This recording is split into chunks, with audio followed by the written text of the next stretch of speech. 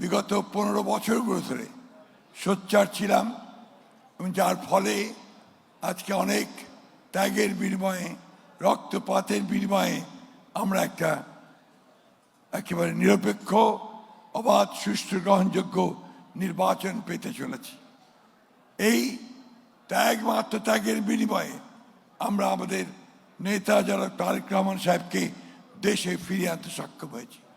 এবং এই দুঃখের সঙ্গে আমি আবার শ্রদ্ধার সঙ্গে স্মরণ করতে চাই আমাদের নেত্রী, দেশের নেত্রী, গণতন্ত্রের মাতা, যিনি দীর্ঘ তার সারাটা জীবন ধরে গণতন্ত্রের জন্য সংগ্রাম করেছেন, আমাদের সেই মহিয়সী নেত্রী, দেশীয় নেত্রী বেগম খালেদা জিয়াকে।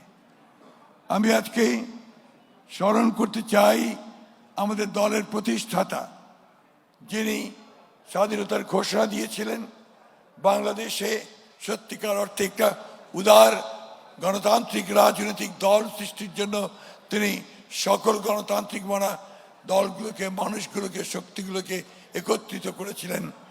আজকে সেই দলের এক নতুন ইতিহাস, এক নতুন অধ্যায়। আজকে আমাদের নতুন নেতৃত্ব, তরুণ নেতৃত্ব, সৃজনশীল নেতৃত্ব জনাব তারেক রহমান, তিনি আজকে আসন্ন নির্বাচনে বাংলাদেশ জাতীয়তাবাদী দলের যে নির্বাচনী ইশতেহার, সেই নির্বাচনী ইশতেহার তিনি আপনাদের সামনে উপস্থাপন করবেন। সমগ্র জাতি আজকে উন্মুখ হয়ে আছে যে এই নতুন নেতৃত্ব বর্তমান ভূ রাজনৈতিক পরিস্থিতিতে, এই জটিল রাজনৈতিক পরিস্থিতিতে দেশের সম্পূর্ণ একটি নতুন রাজনৈতিক যে পরিস্থিতি, সেখানে তিনি নতুন বার্তা নিয়ে আসছেন, মানুষকে জাগিয়ে তোলবার জন্যে। বাংলাদেশের ইতিহাসে একটা নতুন সূর্যোদয় হবে, এই আশা সবাই করছে। আমি আশা করব আমরা সবাই বাংলাদেশের মানুষকে আহ্বান জানাবো যে আসুন আমরা বাংলাদেশে আমাদের এই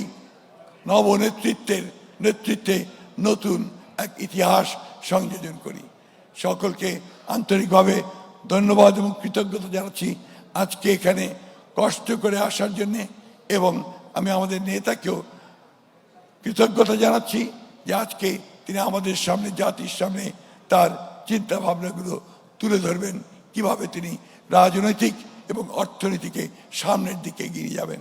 সকলকে আবার ধন্যবাদ। আসসালামু আলাইকুম, খুদা হাফেজ। বাংলাদেশ জিন্দাবাদ, বাংলাদেশ জাতীয়তাবাদী দল জিন্দাবাদ।